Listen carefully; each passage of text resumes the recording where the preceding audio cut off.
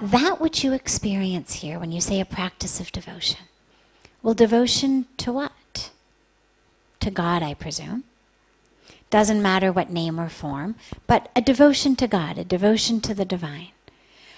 Well, obviously your concept of the divine is one that is infinite enough that God exists, not just here on the banks of Ganga, but that God exists just as much in the same infinite way in New York, in Los Angeles, in Miami, in London, in Sydney, and wherever we go.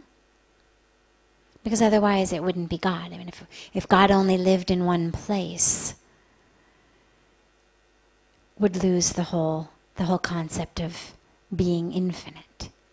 So we know that. So if what I'm talking about is being devoted, and I know God exists, well then the question becomes, well, why is it so hard for me to see God, to connect to God? And a lot of that has to do with the environment that we're in. This is an environment that is buzzing with spirituality. You say to people on the street, how are you? And they say, oh, Ganga ki kripa. Just grace of Ganga. Or you say, how are you? And they say, bas Bhagwan ki kripa. It's just God's grace.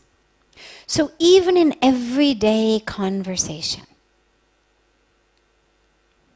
what are you planning to do tomorrow? Oh, Thakurji ki ichha. Whatever is God's plan.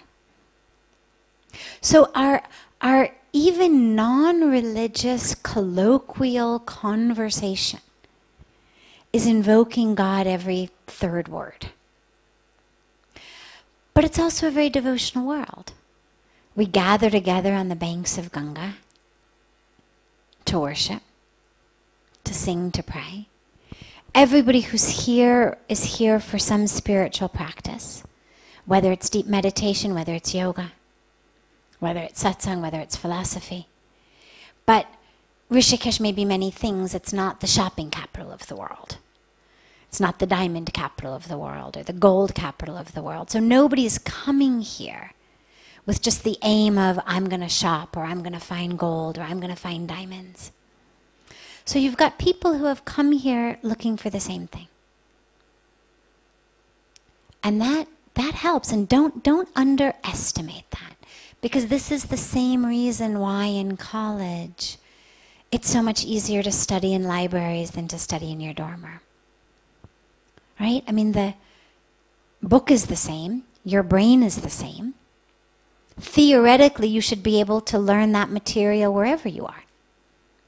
But anybody who's ever tried to study in a dorm room with music blasting, people running up and down the hallways, people drunk, you find yourself reading the same paragraph over and over and over again. And yeah, there's a vague recollection that I may have read this somewhere before, but it's not sticking. You take the same book, the same brain, you go sit in the library, and it's not just quiet or noisy. It's a whole atmosphere. And so that's what you've got here. So first of all, don't underestimate the power of a place, the power of satsang, the power of association, or your sangha, the group. These things are very important. This is why in the Indian spiritual tradition we emphasize satsang so much, is being together, being in the association. It's very, very powerful. And it changes us. We're energetic beings. We're picking up on each other's energy. And if the energy around us, even if it's quiet, but the energy around us is frenetic, moving in and out, drinking, reading comic books, being stupid, well, it's going to be hard for me then to really channel my energy of study and focus. But if I'm in a place where everybody's energy is study and focus,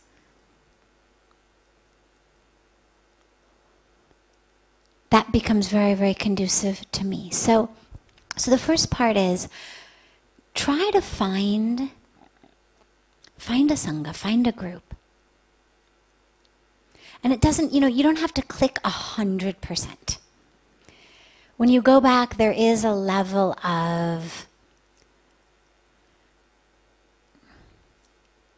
acceptance of something as enough, even if it's not perfect. And so, for example, I remember when I was back in California for a few months, when Puja Swamiji sent me back, there were local organizations. There was a Yogananda organization, and there were a couple other organizations that weren't 100% exactly what my devotional practice was, but they were close enough. They were much closer to my heart than the student union was, or the coffee shop was, or the cafeteria, or my dorm room. And so you may not find a place that feels exactly right. I'm not saying it's going to feel like being here. But at least a group that's committed to the same practice. That's very powerful. And remember, of course, as I was saying in the beginning, that this divine to whom you are devoted lives in everyone. And literally, as you walk down the street, start a practice. Can you see God in everyone? And I don't mean theoretically. I don't mean walk down the street with the, oh yes, you are all divine feeling. But literally, can you look in people's eyes and find it? And it's hard. It's hard in big cities. I mean, it's hard anywhere, but it's especially hard in big cities. People are stressed. They're not open to you seeing the divine in them. But can you see it? Make it a challenge for yourself. See how many people each day you can see the divine in.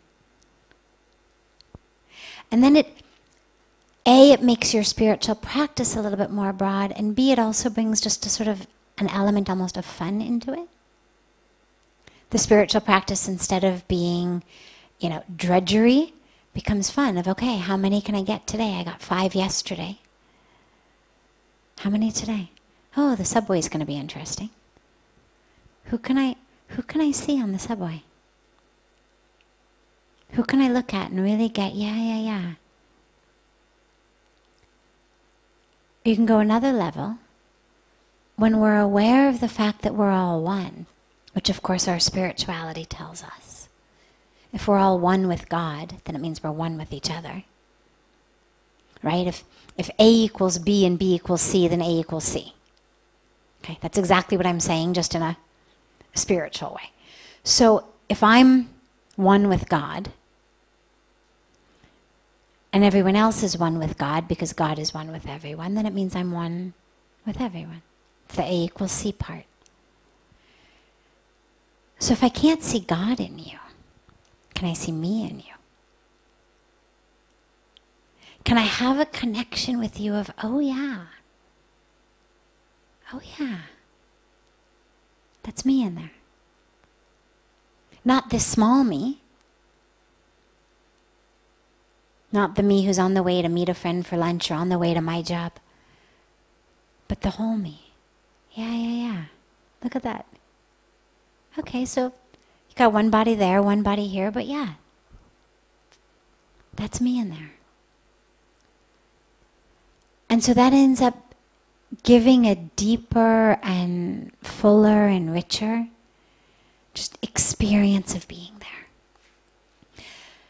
The last part I want to share about this, though, is a true story of when I was back in Los Angeles with Puja Swamiji, actually, having been here for about a year. And I said to him, and LA is where I'm from, and I said to him, I said, Swamiji, I know you say God lives everywhere. Why is it that I feel God so much more in Rishikesh than in Los Angeles? I mean, I understand intellectually, you say God is everywhere. Why don't I feel God here in Los Angeles the way I feel God in Rishikesh? And Swamiji said, yes, God is everywhere. And God isn't more in Rishikesh than in LA. He said, but Ganga is Ganga. And that answer has stayed with me 20 years because it really is the epitome of the yes and yes answer. Yes, God is everywhere. Yes, you can connect with God everywhere. And yes, there is something very special and different here. And neither undermines the other. They coexist. It's the yes and yes. So you do that there, and you come back here.